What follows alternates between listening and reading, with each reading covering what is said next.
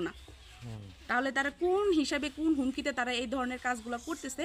এটাই হচ্ছে প্রশাসনের কাছে, সরকারের কাছে আবেদন যে কোন হুমকিতে বা কোন ইস্যুতে তারা এই ড্রেন কেটে রাখছে আর আমাদের মতন সাধারণ জনগণদের এই ধরনের সমস্যাগুলো হচ্ছে।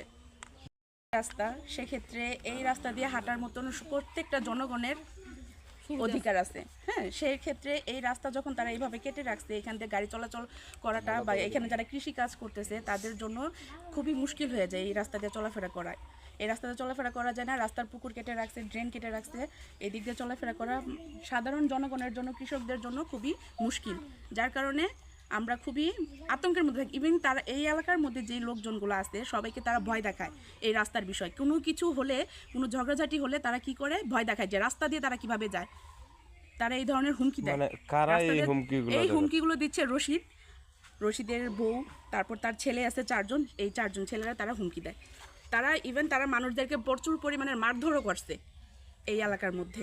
তারা এইভাবে হুমকি দিয়ে মানুষদেরকে ভয়ে ভয়ে আতঙ্কে রাখে। মানুষ তাদের হুমকিতে, তাদের ভয়তে কোনো কথাও বলতে পারে না। এই ধরনের ভয়ঙ্কর আতঙ্ক তারা সৃষ্টি করে রাখছে এই এলাকার মধ্যে। আমাদের দাবি সরকারি রাস্তা যাতে আমরা জনগণ, সাধারণ জনগণ যারা আছি, যাতে সুন্দরভাবে চলাফেরা করতে পারি বা এই রাস্তা যেন সুন্দর থাকে বা করতে পারি। কোনো ধরনের হুমকি বা আতঙ্কের মধ্যে আমরা থাকতে চাচ্ছি না। যেহেতু সরকারি রাস্তা, সেই ক্ষেত্রে সবার অধিকার আছে এখান দিয়ে চলাফেরা করার। ওই ব্যবস্থায় যেন, সরকারের কাছে আমাদের আবেদন, ওই ব্যবস্থায় যেন এখানে করা হয়। ড্রেন করছে রশিদ, ওরাই করছে। এটা কি কারণে করছে ড্রেনটা? উনি ড্রেন করছে এখান দিয়ে, তাদের মোটরের পানি দেয়, মোটরের ওইখানে মোটর করা আছে, মোটরের পানির লাইন করছে, এই লাইন দিয়ে তাদের পানি যায় ক্ষেত খামারে। এই ধরনের লাইনগুলো পুকুরে পানি দিচ্ছে, খেতে পানি দিচ্ছে, এই জন্য তারা এই ড্রেন কেটে রাখছে। সে আমার ঠ্যাং ভেঙে ফেলবে ডিরেক্ট, কিভাবে আমাকে সে হুমকি দিছে।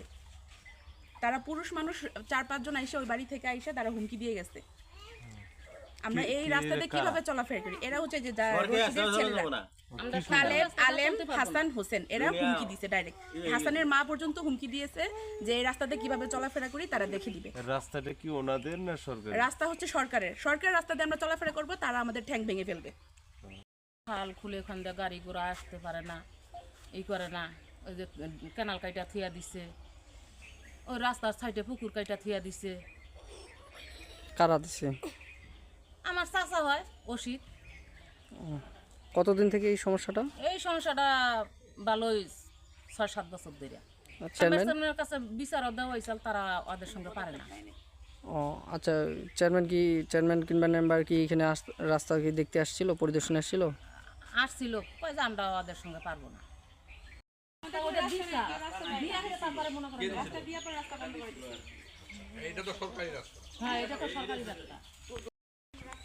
রাস্তা তো সরকারি রাস্তা দেখতেছেন, কিন্তু রাস্তার মানে সরকারের জমিনের ভিতর যে আপনার ড্রেনটা খুঁজছে, ড্রেনটা খোঁজার কারণে যে আমরা যে কৃষি পণ্য উৎপাদন করে ওই কৃষি সম্পদটা যে নিয়ে আসবে, ঠিক আছে, কোনো গাড়ি ঘোড়া যাইতে পারে না আর কি।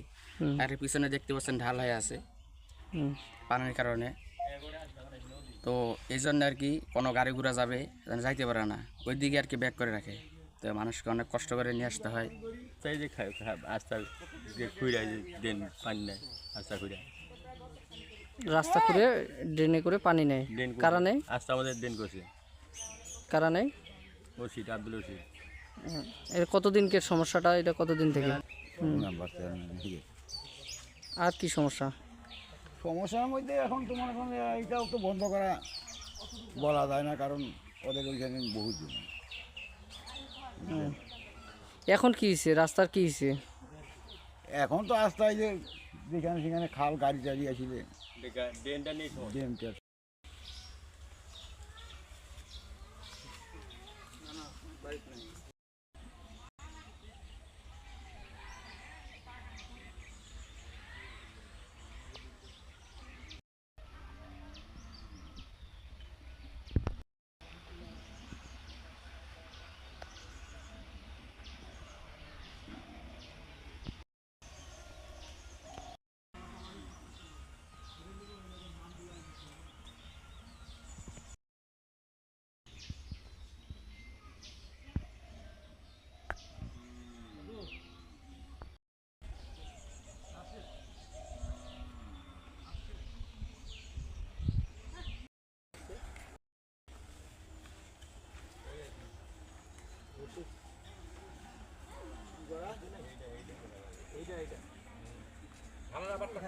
ধানের আবাদ